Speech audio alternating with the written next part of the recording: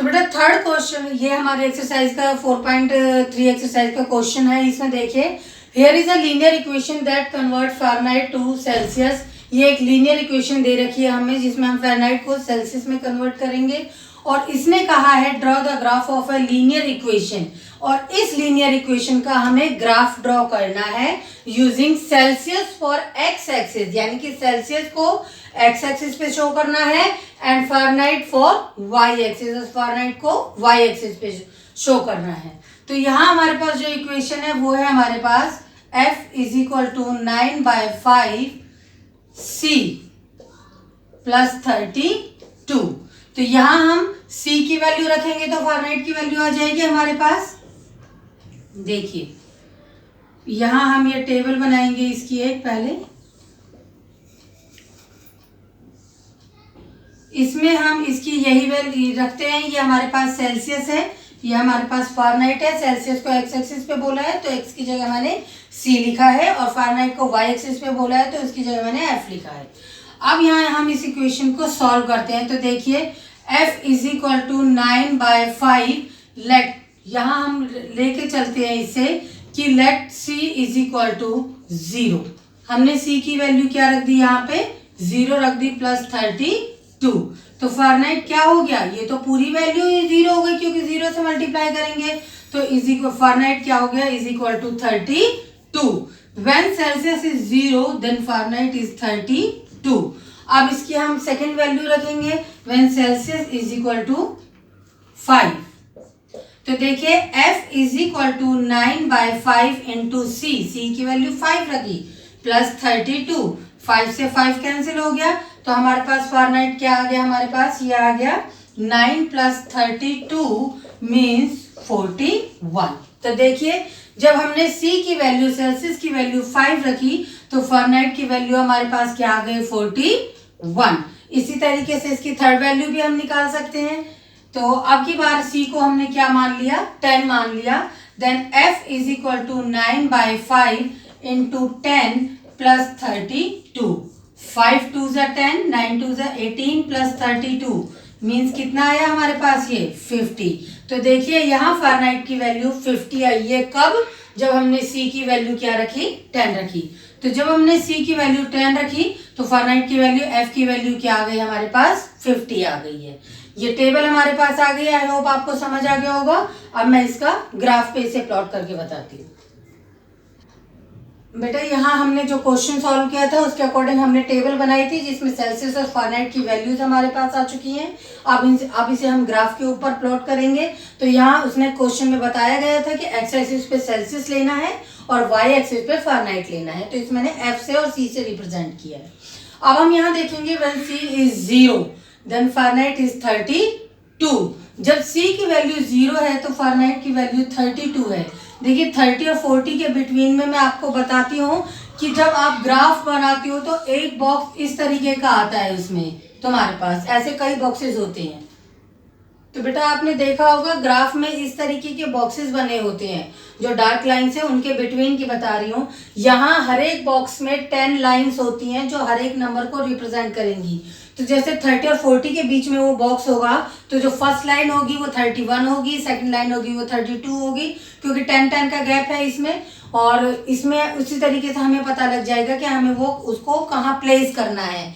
तो ये बॉक्सेस में आप जब ग्राफ में करोगे तो आप इसको एग्जैक्टली कर लोगे।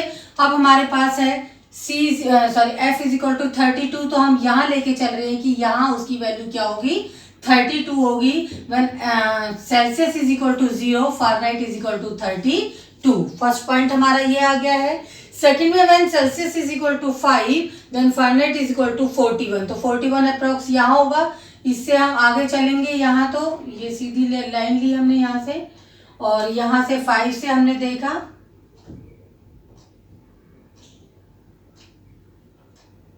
ये यहाँ अप्रॉक्स हमारा ये पॉइंट आएगा। तो ये पॉइंट होगा जहाँ सेल्सियस की वैल्यू क्या होगी, 5 होगी, और फ़ारेनहाइट की वैल्यू होगी 41। नेक्स्ट है when Celsius is equal to 10 and Fahrenheit is equal to 50। तो यहाँ से 10 से हम देखेंगे, ये आप इसका स्ट्रेट लाइन लेके जाओगे जब यहाँ, और इसको 50 से सीधा स्ट्रेट चलोगे तो ये हमारे पास एक पॉइंट आएगा जहां सेल्सियस की वैल्यू होगी 10 और फ़ारेनहाइट की वैल्यू होगी 50। 3 पॉइंट्स हमारे पास प्लॉट कर चुके हैं हम ग्राफ पे। अब इनको मिलाते हुए हम एक स्ट्रेट लाइन ड्रॉ करेंगे। तो देखिए,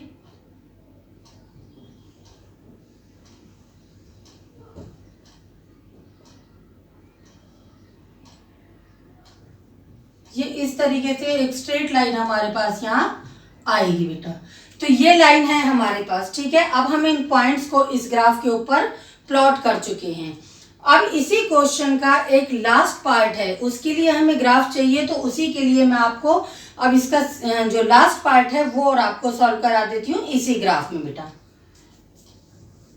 रुको। तो बेटा इस क्वेश्चन का जो लास्ट पार्ट है उसमें ये बोला गया है, इज देयर एनी टेम्परेचर, क्या कोई ऐसा टेम्परेचर है where the numerically same in Fahrenheit and Celsius, जहां फ़ारेनहाइट और सेल्सियस जो है वो दोनों इक्वल हों। क्या एक ऐसा कोई टेम्परेचर है? तो सबसे पहले हम उस टेम्परेचर को फाइंड आउट करेंगे जहां पर फ़ारेनहाइट और सेल्सियस की न्यूमेरिकली वैल्यू जो होगी वो सेम होगी। तो हमारे पास इक्वेशन थी, मैं यहाँ इसे सॉल्व कर देती हूँ। इक्वेशन थी हमारे पास Fahrenheit is equal to 9/5 Celsius plus 32। इसने क्वेश्चन में बोला जहां ये दोनों सेम हो, फ़ारेनहाइट और सेल्सियस दोनों सेम हो, तो यहाँ हम क्या करेंगे, या सेल्सियस की जगह ही हमने क्या रख दिया, यहाँ पे फ़ारेनहाइट रख दिया, क्योंकि इक्वल है तो फ़ारेनहाइट की जगह सेल्सियस रख सकते हैं, ये सेल्सियस की जगह फ़ारेनहाइट रख लो, बात सेम ही है हमारे पास। Then F is equal to 9/5 F, Celsius की जगह हमने क्या रख दिया, फ़ारेनहाइट रख दिया, प्लस 32। तो यहाँ एफ ये सेम है तो एक तरफ ले आएंगे इन्हें हम, यहाँ से F minus 9/5 F is equal to 32। इन दोनों में F कॉमन है तो ये हो जाएगा 1 माइनस 9/5 इज इक्वल टू 32, और इसे सॉल्व करोगे तो ये हो जाएगा 5 माइनस 9/4, 5 मीन्स 4/5। तो आपने जब इसको सॉल्व किया तो ये आ गया हमारे पास 5 माइनस 9 मीन्स माइनस 4/5। तो इसको जब आपने सॉल्व किया तो ये हो गया माइनस के 4/5 फ़ारेनहाइट इज इक्वल टू 32। तो फ़ारेनहाइट इज इक्वल टू क्या हो जाएगा, 32 इंटू 5/-4, 4 8 जा 32 मीन्स माइनस 40, क्योंकि माइनस का साइन था। तो हमारे पास फ़ारेनहाइट 40 यानी कि माइनस 40 डिग्री ऐसा टेम्परेचर होगा जहां पर फ़ारेनहाइट और सेल्सियस दोनों की ही न्यूमेरिकल वैल्यू जो होगी वो सेम होगी। अच्छा, हमने कैलकुलेशन से तो ये निकाल लिया कि -40 डिग्री सेल्सियस वो टेम्परेचर है, लेकिन उसको ग्राफिकली कैसे सॉल्व करेंगे वो मैं आपको बता देती हूँ। देखिए, तो बेटा ये तो मैं बोर्ड पे बना रही हूँ, लेकिन आप जब ग्राफ पे बनाएंगे कि तो इसकी एग्जैक्टली वैल्यू आ जाएगी। अब वो कैसे करेंगे, देखिए ये लाइन मैंने बताया कि आप इस इक्वेशन में कोई भी वैल्यू आप पुट करोगे ये एक स्ट्रेट लाइन ही आएगी। तो हमने क्या किया, इस लाइन को आगे तक इस तरीके से बढ़ा दिया, ठीक है। अब इसके बाद हम क्या करेंगे, क्योंकि यहाँ फ़ारेनहाइट और सेल्सियस दोनों ही इक्वल हैं, सेल्सियस की वैल्यू भी इक्वल है, फ़ारेनहाइट की वैल्यू भी इक्वल है, तो एक तरीके से अगर यहाँ हम क्या करेंगे, हम एक 45 डिग्री का एक एंगल बनाएंगे। क्योंकि यहाँ 45 डिग्री का एंगल बनाने का मतलब क्या है, यहाँ से जब आप लाइन ड्रॉ करेंगे तो वो परपेंडिकुलर, वो इस वाई एक्सिस के पैरेलल होगी, ठीक है। तो यहाँ जो लाइन आएगी, यहाँ जब आप 45 डिग्री की जो लाइन ड्रॉ करोगे, ये जो लाइन आएगी वो इस तरीके से आएगी। यहाँ ये लाइनें फैलेंगी, आपस में मिलेंगी नहीं, ये बढ़ाने पे आगे जाके ये लाइनें इस तरीके से जाके फैल जाएंगी। जब आगे से ये फैल रही हैं तो ये लाइन जब पीछे आएंगी तो पीछे ये लाइन कहीं ना कहीं एक दूसरे पे किसी ना किसी पॉइंट पर आकर ये एक दूसरे के साथ क्या करेंगी, मिलेंगी। क्योंकि पीछे से फैल रही है तो ये वैल्यूज यहाँ आकर कहीं ना कहीं ये वैल्यूज मिल जाएंगी। बेटा आप इसे जब सॉल्व करोगे तो ये इजीली यहाँ से आपको पता लग जाएगा एग्जैक्ट वैल्यू से। तो इसको जब मैंने आगे तक इसको ऐसे बढ़ाया तो ये यहाँ आके हमारे पास मिल गई हमारे पास। अब आप एक चीज देखोगे, ये 45 डिग्री है, यहाँ से हम वाई एक्सिस के इस पॉइंट से वाई एक्सिस के पैरेलल एक लाइन ड्रॉ करेंगे हम, पैरेलल एक तरीके से परपेंडिकुलर जो हो गया। सेम एज एक्स एक्सिस के इसी पॉइंट से हम एक पैरेलल लाइन यहाँ ड्रॉ करेंगे। यहाँ हम जब वो लाइन ड्रॉ करेंगे तो यहाँ ये 45 है तो ये भी 45 हो गया, ऑल्टरनेट इंटीरियर एंगल हो गए हम, सॉरी वर्टिकल अपोजिट एंगल हो गई है हमारे पास। और ये परपेंडिकुलर है तो ये क्या हो गया 90 डिग्री, ये 90 है तो रिमेनिंग सर 90, जिसमें ये 45 है तो ये भी क्या हो गया 45 डिग्री हो गया।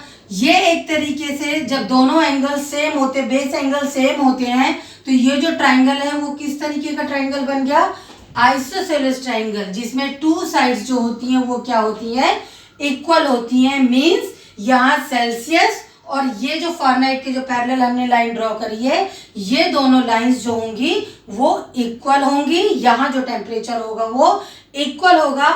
आप जब इसे ड्रॉ करोगे तो यहाँ से जब लाइन ये जाएगी तो ये -40 डिग्री ही जाएगी, क्योंकि ये मैंने बोर्ड पे ड्रॉ किया है इसलिए इसकी एग्जैक्ट वैल्यू नहीं आई है, लेकिन आप इसे ग्राफ पे ड्रॉ करेंगे और उसे ड्रॉ करने के बाद उस पिक को मेरे पास सेंड करेंगे।